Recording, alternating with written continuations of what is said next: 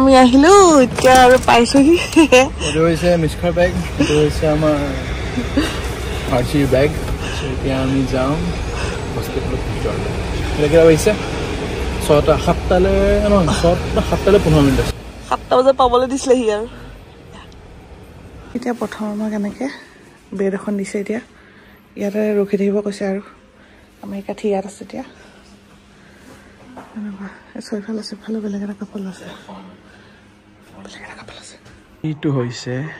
আমাৰ ৰুম বুলি নকওঁ আৰু কাৰণ ডাঙৰ হল এটা আছে এনেকৈ পাৰ্টিশ্যন দি দিছে কাপোৰে